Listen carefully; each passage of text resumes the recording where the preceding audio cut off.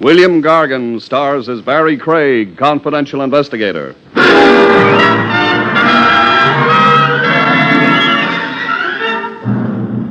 What's in a name, a poet once said, and he was so right.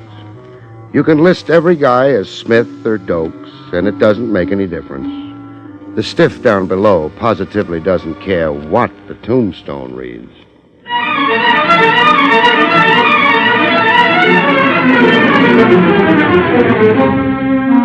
The National Broadcasting Company presents William Gargan in another transcribed drama of mystery and adventure with America's #1 detective, Barrie Craig, confidential investigator.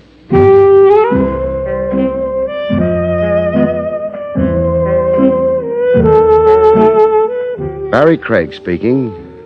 A case sometimes comes at you all the way from left field. It's out of the ordinary, and the familiar ingredients, familiar to a confidential cop, seem to be missing. At first glance, that is. Said familiar ingredients, of course, being theft, homicide, and blackmail. The nice, homey, everyday stuff of crime that keeps a cop in love with his work. In this case, even the kickoff was unfamiliar. The chap setting up the deal for me was a mind doctor, a skinny guy with horn-rimmed glasses and a high forehead, who looked like he got all his nourishment from pills. This is an unusual thing for me, Mr. Craig, to consult with a detective. This is an unusual joint for me to be in, so we're even. Now, this patient that I will discuss with you, I've worked with him for months with encouraging results. I'll start off with his name. His name is, temporarily, Clark Smith. Temporarily? A symptom of his ailment is an amnesia. He resists his own true identity. Doesn't want to remember who he is, huh? Yes, in a manner of speaking.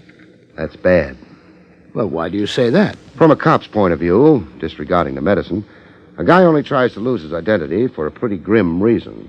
Some crime he doesn't want to answer to. Oh, there is such a possibility, yes. Still think you want to make a police case out of this Clark Smith? Well, there is the risk you suggest. I have thought of that. Restore this man to his own identity, but with an unhappy result. He faces the consequences of a crime.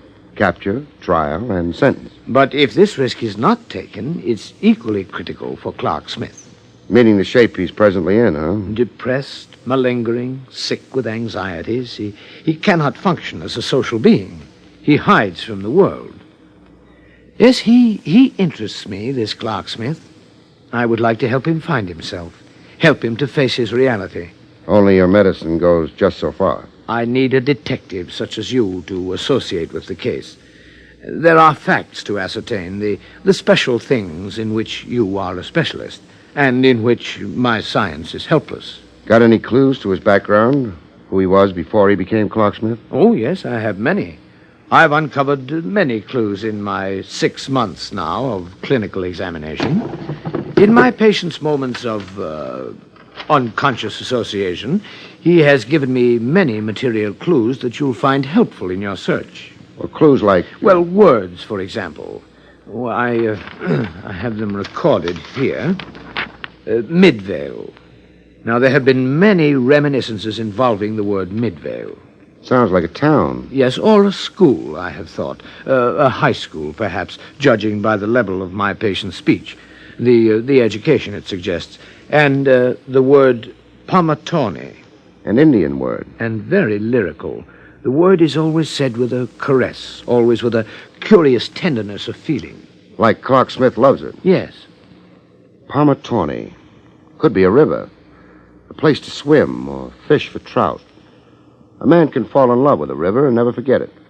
Remember it all his life, even with his mind dead to everything else. Yes, you're very perceptive. A river, yes. I have thought so, too. 2 good clues, those. Trace a guy back to where he came from, back to where memory cut off. Does Clark Smith know what you're up to with me? Not exactly. He knows in his own way. He wants to recover his identity, appreciates my interest, yet... He's scared. Well, he may resent what we do. You may find him very uncooperative. Where can I see him? I'll give you his address, but please be very gentle with him. Do not press too hard.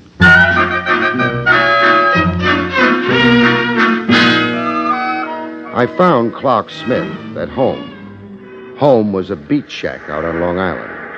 Shangri-La made out of plywood and thumbtacks, serenaded by big seagulls with wing spreads like eagles. Smith looked the part of a beachcomber. He wore faded blue jeans slit at the sides and a fish knife in his belt with a mean-looking blade. He gave me the long once-over. It's a 35-pounder.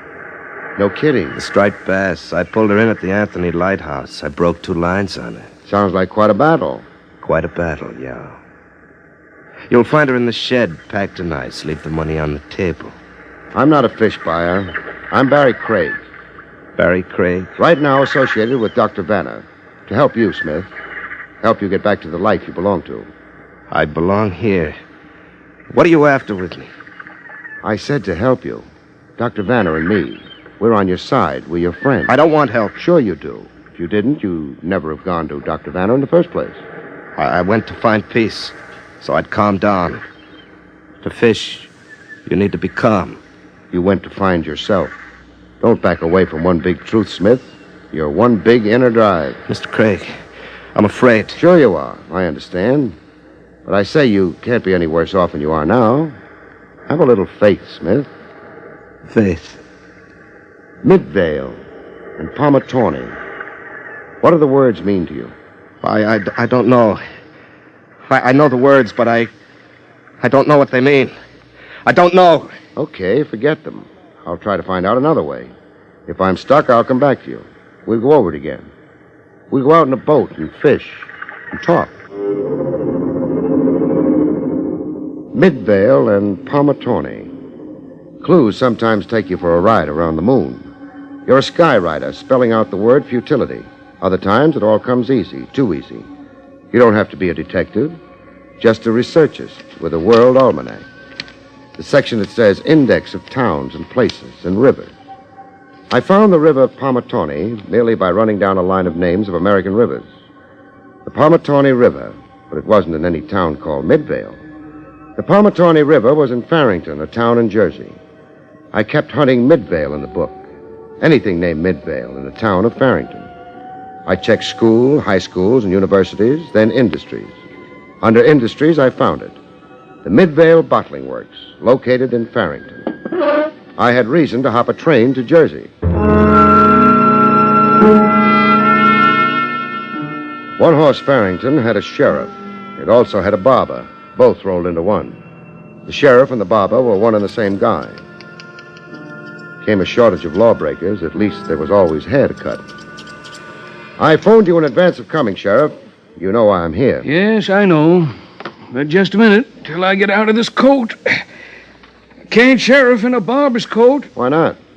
Just not right, that's all. Now can we get down to it? Not yet. Can't sheriff without my badge.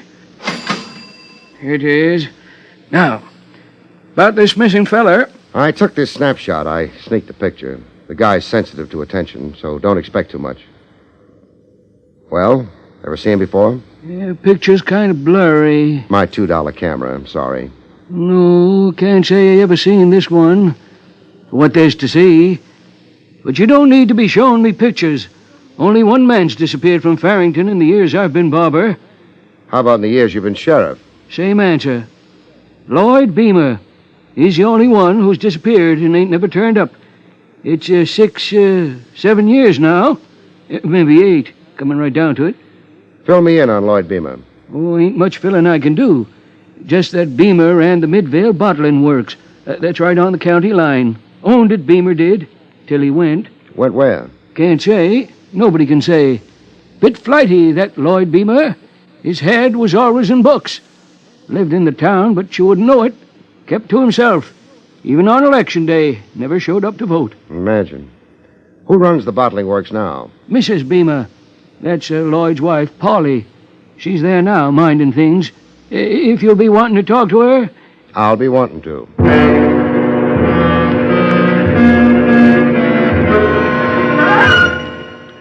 The first thing that meets your eye in a bottling works are bottles. Lots and lots of bottles. I found a door marked private and used it. On the inside of the door was somebody who looked like privacy was wasted on her. Too many good looks to keep them all to herself. A face you'd expect to find in Tahiti, never in a bottling works. Yes? Am I intruding? You've already intruded. You're chilly? I always am in refrigerated rooms. How about a warming smile? I'll have you arrested. You didn't let me finish. A warm smile of gratitude on account of the great thing I'm about to do for you. What is that? Reunite you with your husband. My husband? Uh-huh. Don't you want to be? Is this some practical joke? I'm a comedian, only up to a point. Well, what's the matter? Matter? You're green around the gills. I feel faint. Your remarks, I was utterly unprepared. I'm all right now. Well, take more time. No. Please talk. Your husband, Lloyd Beamer, has been missing. For more than 6 years, yes. I've got a fellow I think could be Lloyd Beamer. It's impossible. Why? Why? Because in all these years, there's never been a word. That makes it strange, but not impossible. A man loses his memory.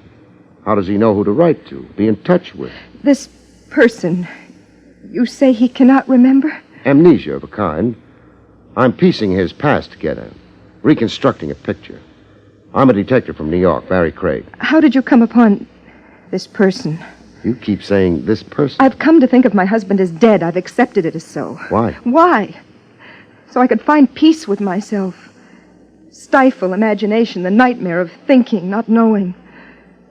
I was deserted, Mr. Craig, by a man with violent currents in his nature. A man bent on destroying everything around him and himself. It was better to think of him as dead, so I could have some peace, some life. I'm sorry. I guess I was a jolt to you. A trifle crude in my approach, maybe. Of course, this man might not be your missing husband.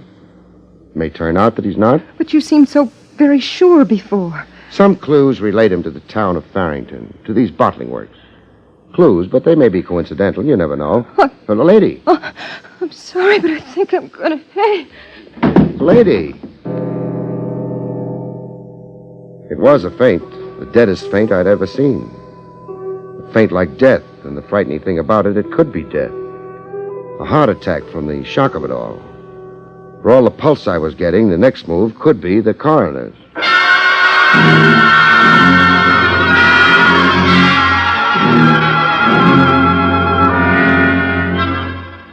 You know that someone apparently dead isn't when she flutters her eyes at you. A corpse generally can't. Polly Beamer fluttered her eyes at me.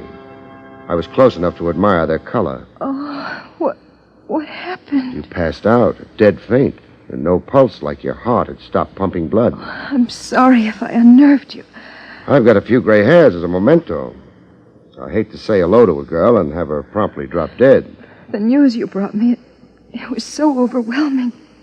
Apart from the news itself, what else gave you conniptions? What else?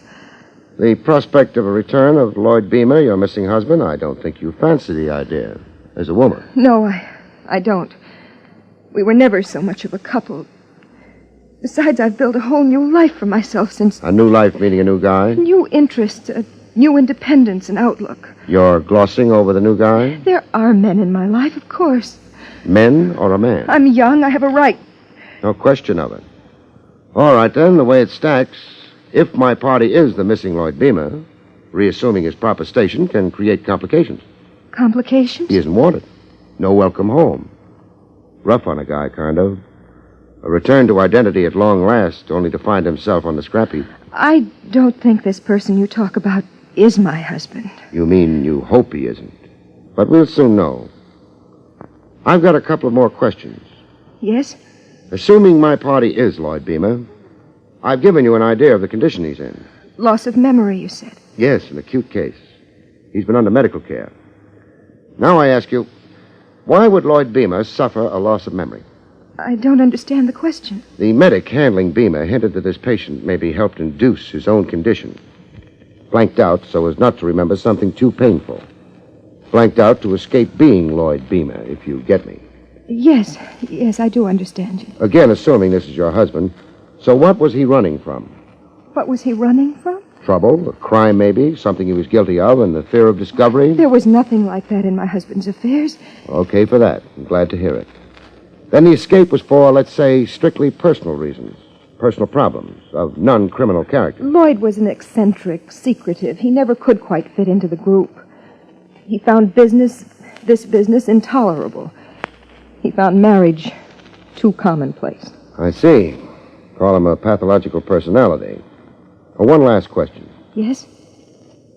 Whoever listens in on talk in your office, does he do it with your approval or on his own? Well, what do you mean? I'm looking straight ahead. Into that mirror on your wall. There where the safe is. Twice so far I've seen a face in the mirror. A face not my own. I'm not two-faced, lady, so I assume there's been me and somebody else. Somebody peeking through the connecting door behind me. This door. Peeking and eavesdropping. Well, there's nobody. Not now. He's gotten an earful and decamped. You don't care? Care? About being eavesdropped on? I don't know that we have. We have, believe it. Who was it? I don't know. We have 30 employees in the plant. Heavy brows, eyes deep in his head. This connecting door behind me, he had it open to an aperture of 6 inches. Where does the door lead to? Well?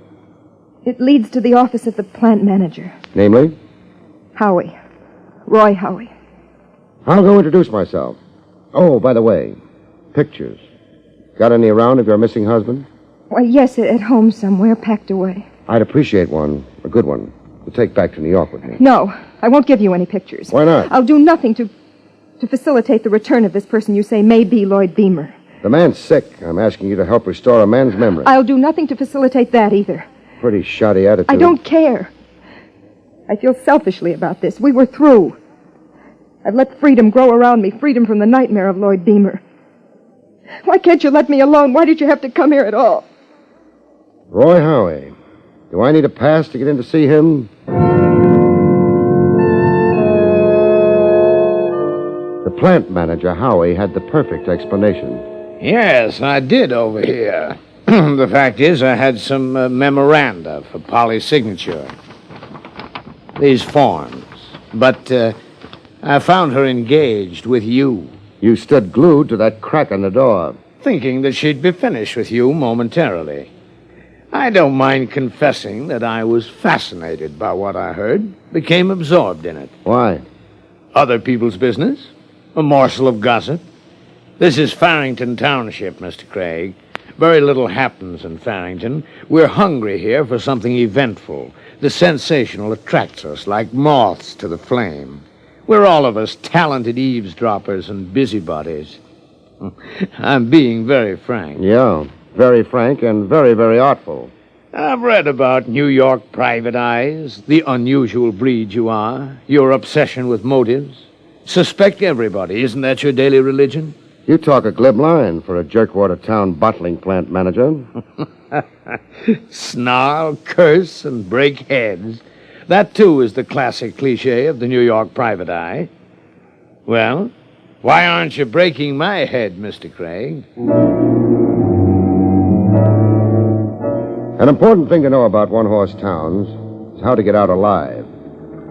I called a local taxi to take me to the railroad depot, a mile run on a big ditch they called a road. Oh, the bumps I took, my insides were in a heap. At a bend in the road where spruce trees lining it made a perfect ambush, somebody tried to drop the rest of me in a heap. Oh. I got it in the right hand, check writing hand. The local hack driver kept going, like he hadn't heard a thing. I got first aid at a shack that had a decalcomania emblem of mercy pasted on a window. The guy cauterizing my wound was a familiar face. I'd seen him before. He was the barber. Or did I mean the sheriff? Regular doc's 14 miles over the hill. Oh, Yeah. switch to your painless method, why don't you? Ain't much of a nick in that hand of yours. I'm treating it right. Short of amputation. Yeah. I'll bandage it up now, and you're as good as new. What do I owe you? 50 cents. Same as for a haircut. A bargain. Who shot me? Can't say. I ain't investigated it yet. But you've got a pretty good idea. All right, I'll tell you. That Roy Howie's been shining up to Polly Beamer. Takes her on corn-husking parties and quilting bees. He's wild for her and infernally jealous, that fella. I wasn't making a play for Polly. You coming here with news about Lloyd Beamer. Now with Polly asking the judge to free her from a man who's been away so long, Roy Howie wasn't taking kindly to that. Howie figures he's going to marry her, huh? When her divorce, or annulment, as it comes through. Howie's figuring that. That bottling works is the biggest thing in Farrington. It's a good marriage Howie's after.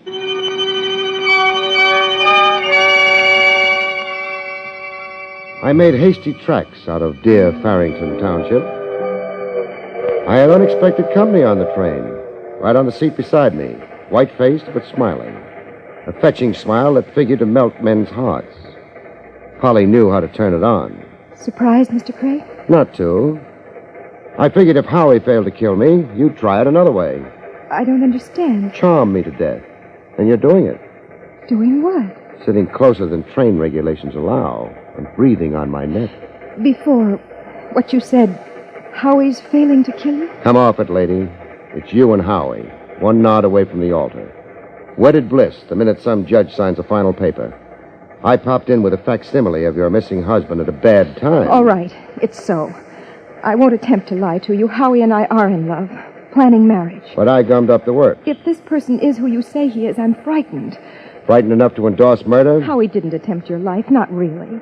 He just meant to scare you, make you stop meddling in our lives. And I did not endorse it, Mr. Craig. Howie's impulsive, sometimes foolish. It was his own foolish scheme. Which brings us to you sharing a seat with me. To go with you and confront this person you say might be Lloyd Beamer. To see for myself. Okay, we'll try it. But after I prepare him. You got a favorite New York hotel you can park in? I have. The Warumbo. We'll soon know whether you're still a wife or a bride-to-be. With Polly biting her nails at the Warumbo, I followed the seagulls to where my beachcomber parked his amnesia. The striped bass are running better. Got a 40-pounder in the shed. Well, let's get off the fish. I've got a few things to tell you. Things that might be biographic. So you've gone ahead about me. I've gone far. I might do you some good if you don't offer too much resistance. If you're afraid, don't be. My information is this. The man I think you might be has no crime to answer for. Well? I'll try to cooperate. Good. I'll throw words at you. The Midvale Bottling Works, Farrington Township, Jersey. A guy named Roy Howie. Roy Howie? You sound like it's familiar. Yes, it's somewhere in my head. Another name, Polly. Polly Beamer. Is that somewhere in your head or heart? Polly Beamer. Yes, I believe I know the name. You could be a Lloyd Beamer, from the evidence so far. Polly Beamer is Mrs. Lloyd Beamer. Well, I'm confused. Sure, I know, but you're standing up great. Better than I thought. Are you up to a visit with Polly Beamer? Polly Beamer, who may be my wife? Uh-huh. Again, only if you're up to it. Take me to it.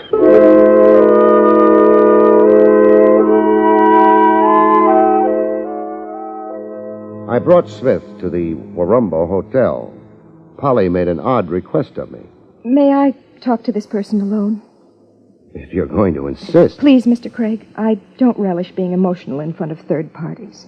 Meaning me. Okay. I'll wait in the hall. Call me when you're ready.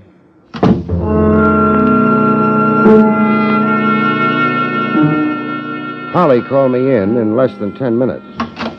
She'd been crying her eyes out. Mr. Craig, you can come in now. Thanks. Any result?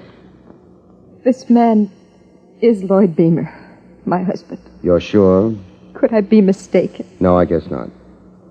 Turnabout now, Polly. Your turn to wait in the hall. It's two alone. Me and Beamer. What on earth for? I'm completing a job, Polly, wrapping it up. Your questions are out of order. Wait outside.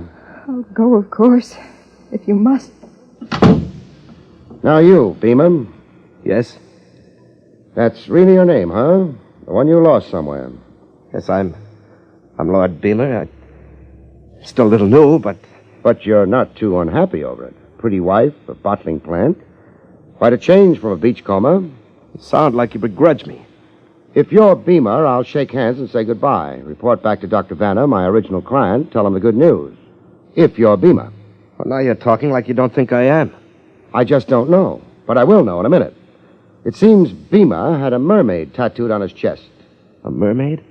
I got this from intimate sources. The sheriff, close friends of the Beamers. Strip, mister, so I can see your chest. Now, wait a minute. Then I'll do it for you. Hey. No tattoo, mister. You're a phony. Okay, what's the game?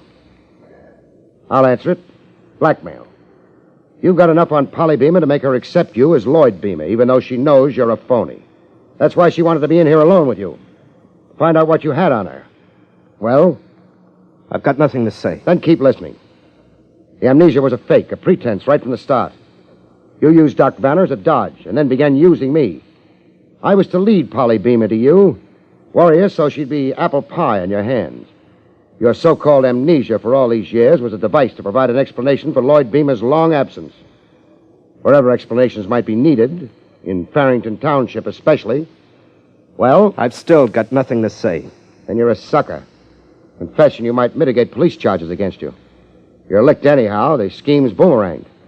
You won't get Polly, and you won't get a dime. You'll help me get off? I'll put in a good word. Okay. Lloyd Beamer's dead. I got to know him in the years he'd run off from his wife. He's been dead a few months now. Who murdered him? His wife, Polly. She discovered his whereabouts a few months ago, in the shack out on the island. She shot him and buried him in the cove. She didn't know that all the time there was an eyewitness. You? Yeah, me. I was out in the shed packing ice around some bass. Polly thought Beamer was living there alone as a hermit. The fact is, it was Beamer's shack. He owned it. He'd invited me to share it. Beamer's corpse. You can lead me to it? I can. And you'll testify in court as an eyewitness to murder? I'll testify. Just how did you expect to crash Farrington society as Lloyd Beamer with your face? I didn't. Polly and me, we were going abroad right away. She agreed to go to Europe with me. With all the dough she had in her satchel? With dough, yeah. For a smart crook, mister, you're surprisingly stupid. Stupid? You panic easy. Oh. I'm just beginning to catch on. That tattoo, the mermaid on Beamer's chest, you made that up. So I did. I'll go call Polly in. Polly? Polly, come in and face the music. Face the music? Murder, baby. If you've got one of those fancy feints handy, now's the time. I just found out how you murdered Lloyd Beamer. Well, what do you know? She's gone and done it again.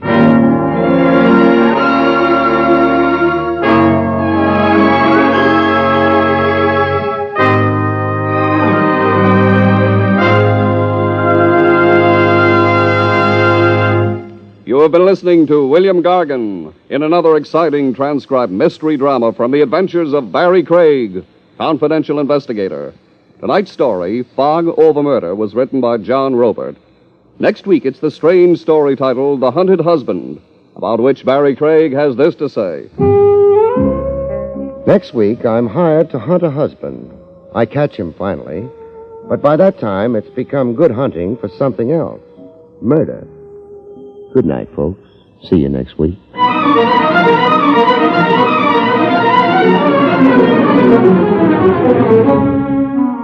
The National Broadcasting Company has brought you William Gargan, starring as Barrie Craig, confidential investigator.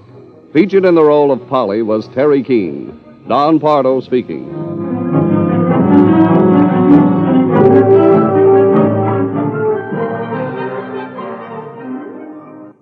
Jack Webb stars as Sergeant Friday in Dragnet, next on the NBC Radio Network.